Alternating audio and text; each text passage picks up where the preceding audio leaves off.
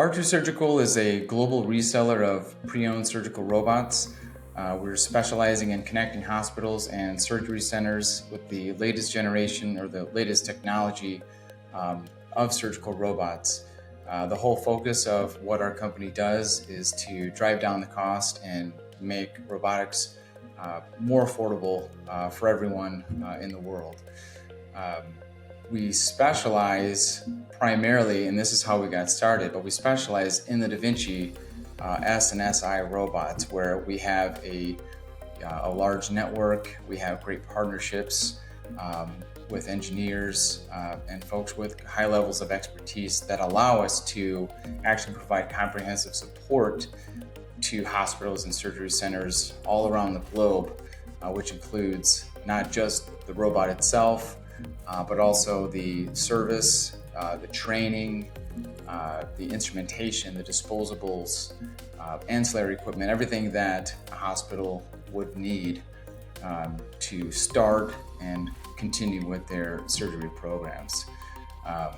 So not just Da Vinci, we also do the other makes and models, but in general, we resell these robots all over the world, and with the ultimate goal of just making it affordable.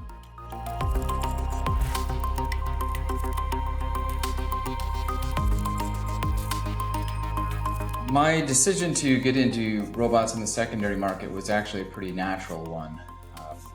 My career in the last 15 years has been in the pre-owned medical equipment space. I started off reselling radiology equipment, and I've been doing that ever since. I actually have another company called Medco Blue that basically does what R2 Surgical does, but with radiology equipment. And in the last, about 5 years ago, I saw, just this flood of investment into surgical robotics. There was a lot of excitement.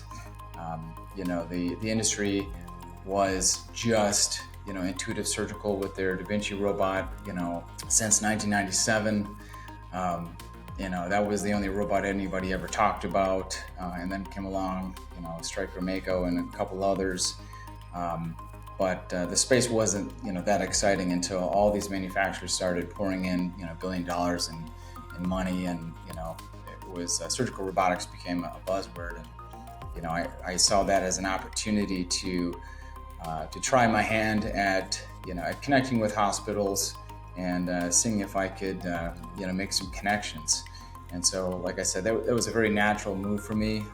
The excitement in the industry was something that I found very attractive, and obviously, any new industry, there's potential for money. But it really came out of a place of need, as a lot of these hospitals came to us asking us, hey, I know you do radiology equipment, but we're really looking to get into, a Da Vinci robot or maybe a Stryker Mako. We just can't afford brand new, and how can you help us? And thankfully, all of our experience in radiology equipment played a very pivotal role in connecting these hospitals with, pre-owned, much more affordable robots.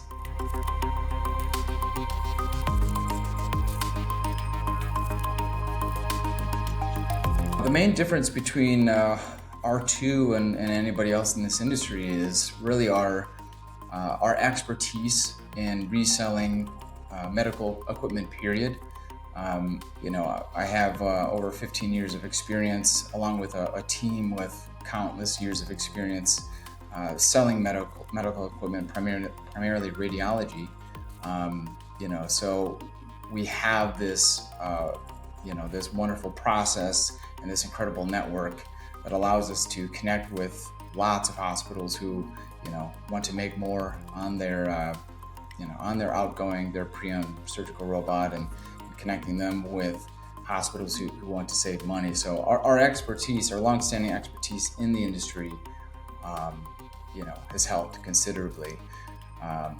But what really sets R2 Surgical apart from anybody else in this industry is our partnerships and our network with experts who kind of extend our capabilities. So we've partnered with and worked very closely with engineers who may have been formerly trained at manufacturers like Intuitive Surgical, but also many other manufacturers. And considering our primary offering is with the DaVinci S and SI robot, where we offer a comprehensive level of support, not just the robot, but also with the instruments and disposables and so on. Having these strategic partnerships has really allowed us to provide a level of support that no one else in the industry is capable of. There's a couple others out there in Europe who are doing some of the same things that we're doing. But what really sets us apart is our partnerships and our level of knowledge and experience with the DaVinci robot and with robotics in general.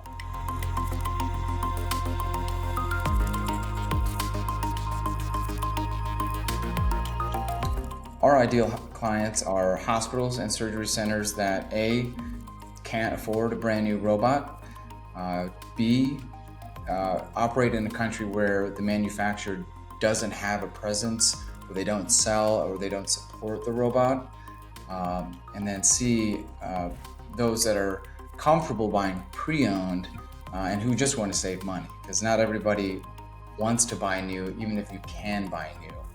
Kind of like buying a vehicle, you might be able to afford a brand new one, but a lot of people are more interested in saving some money. So that's where a lot of clients come to us because they just don't want to pay that really high price tag. So we connect with hospitals who want to make more on their robot, because a lot of manufacturers won't buy the robots back, or they'll require a trade-in. They'll require you to buy a new one to get some sort of money on the older one. But where we come into play, because we are able and we are connected with hospitals and surgery centers who want to buy, we're able to pay more for that pre-owned surgical robot, therefore helping that hospital make more money, and then connecting that robot with another hospital who wants to save money. So that's a really good example of who our ideal clients are.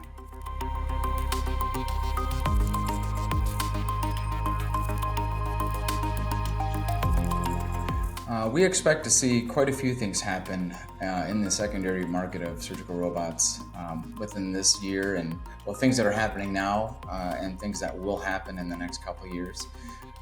One of them is a greater focus on green programs. If you've worked in healthcare, or you've worked in surgery centers or in the OR, I'm sure you're familiar with the vast amount of waste there is with disposables, single-use items, and now with the surgical robots, you're seeing these instruments that have, maybe it's a single use, or it has a finite number of lives, and then once it's expired or once it's used up, it just gets tossed into the bin. And this is something that we'd like to see really reduced as much as possible. One of the things that our company is doing is offering what we call a green program, where we send hospitals a box, they fill it up with their used, expired, or even broken instruments, and then they send it to us, and we see how much of it we can reuse. Secondly, we're offering, and I know this is becoming a focus for some other companies, which is repairing endoscopes. We offer this service for the DaVinci line of endoscopes, and that'll help. Instead of just kind of throwing that away and buying a brand new one, they send it to us. We take a look at it and see how much we can save them. Third is the repair and remanufacturing of instruments.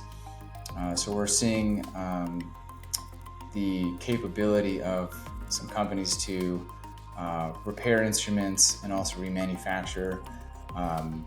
Currently, there is a company that is remanufacturing one of the SI instruments. It's actually the most used, most common one, called the monopolar curve scissor. So that's very exciting. That's available to hospitals right now. who are looking to save about half the cost on that particular instrument. But what we're really excited about is where is that going to go? Where is the investment and capability going to go in the next year or two with remanufacturing maybe some instruments for other robots.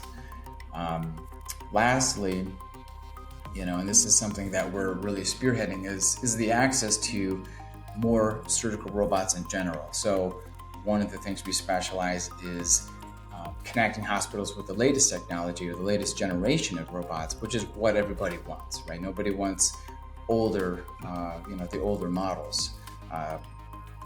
But as our company grows, as our network grows, as our ability to kind of convince hospitals that, hey, you don't have to trade it in. If you come to us, more often than not, we'll be able to pay 20 to 40, sometimes 50% more, than the manufacturer would, even with a trade-in. So we expect, within the next year to have access to just about any surgical robot that that hospital would want in a pre-owned condition.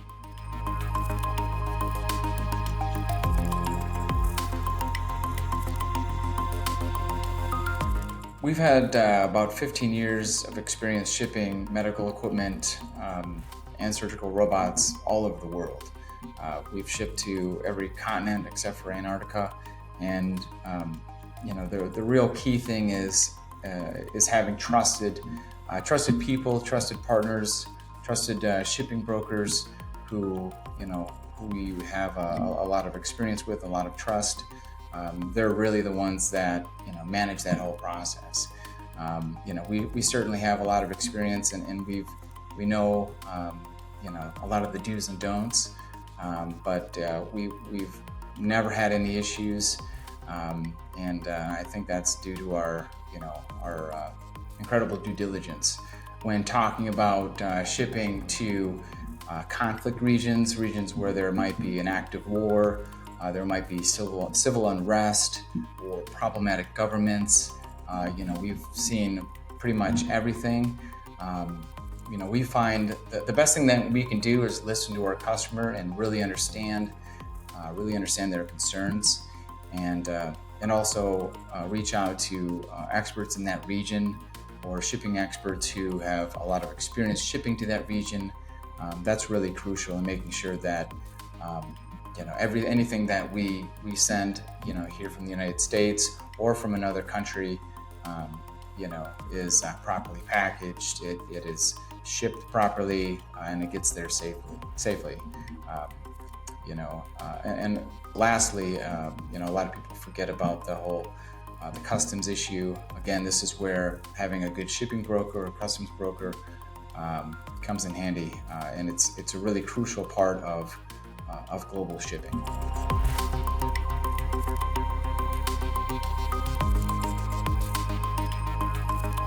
Something exciting that's happening is surgical robots getting into veterinary clinics or veterinary hospitals. This is something that's it's very new. There's only a couple different hospitals that are actually kind of trying this out. But one thing that we're really excited about is working with Cornell University. We're partnered with them and with Dr. Nicole Buat, who is spearheading their surgical robot program for their veterinary hospital. Just last year they performed a successful gastropexy on a Great Dane named Finley, just months back in November of 2023.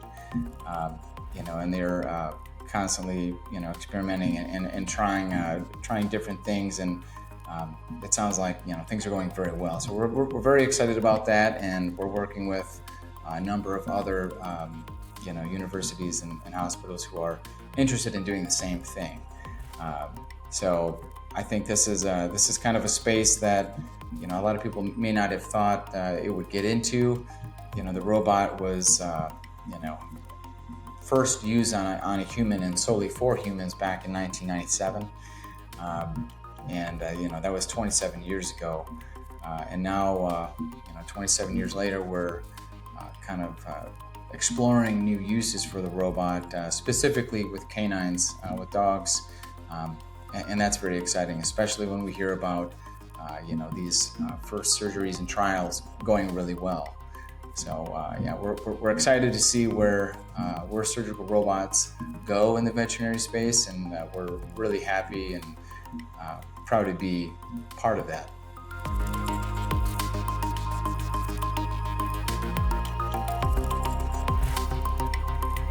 Aside from reselling these pre-owned surgical robots, making sure that they're not traded in and put into a giant warehouse for forever storage, that obviously is a big part of sustaining the surgical robotics industry. It's just making sure these robots stay on market, stay in circulation, and in doing that, it makes makes the cost of the robotics programs more affordable.